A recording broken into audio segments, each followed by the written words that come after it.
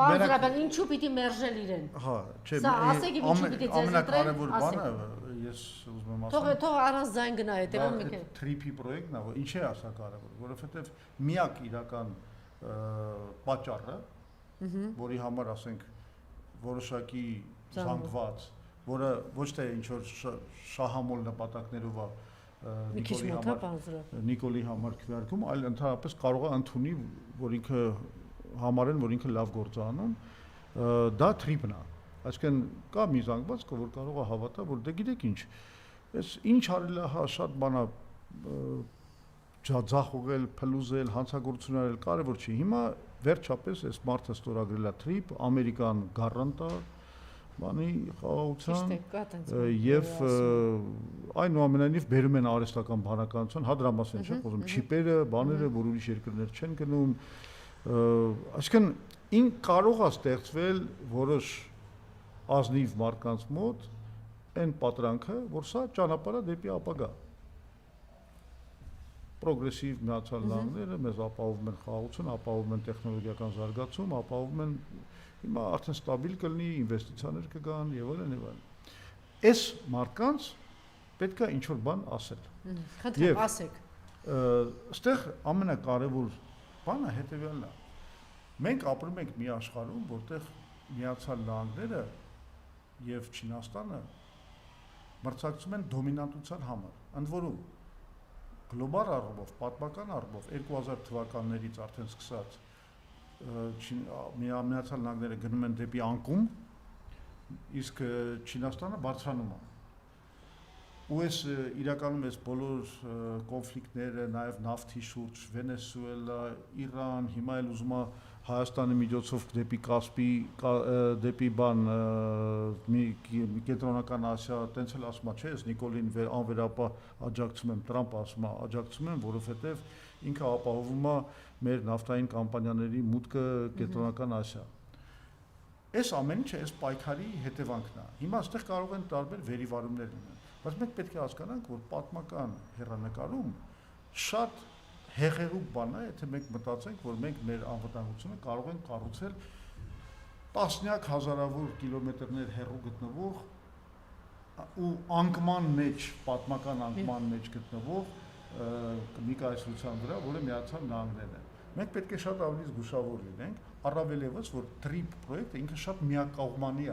աշխարհագրորեն։ Ինքը ապահովում է Միացյալ Նահանգների շահերը, Իսրայելի շահերը,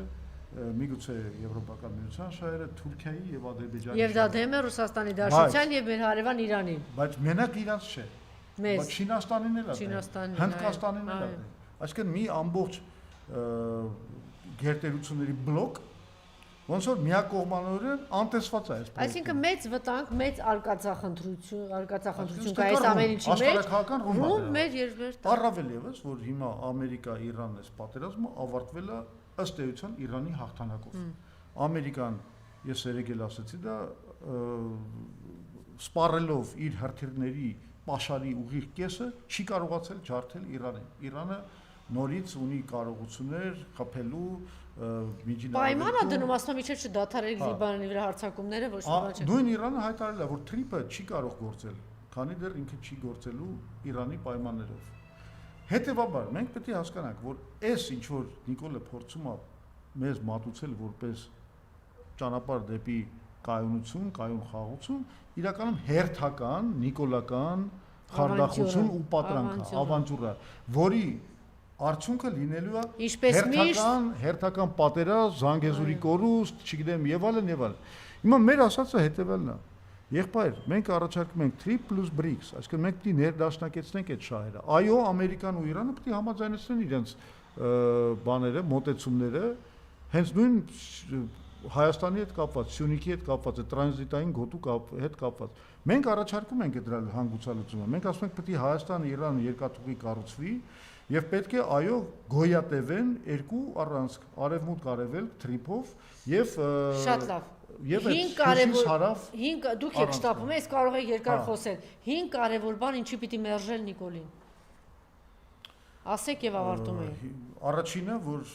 ինքը միշտ մեզ խոստացել է խաղաղություն, վերելա պատերազմ։ Միշտ ստացել ենք պատերազմ։ Դա բան է, առաջի ընտրությունների ժամանակ 18 թվին, չէ, ասեց բանամ ես կապահովեմ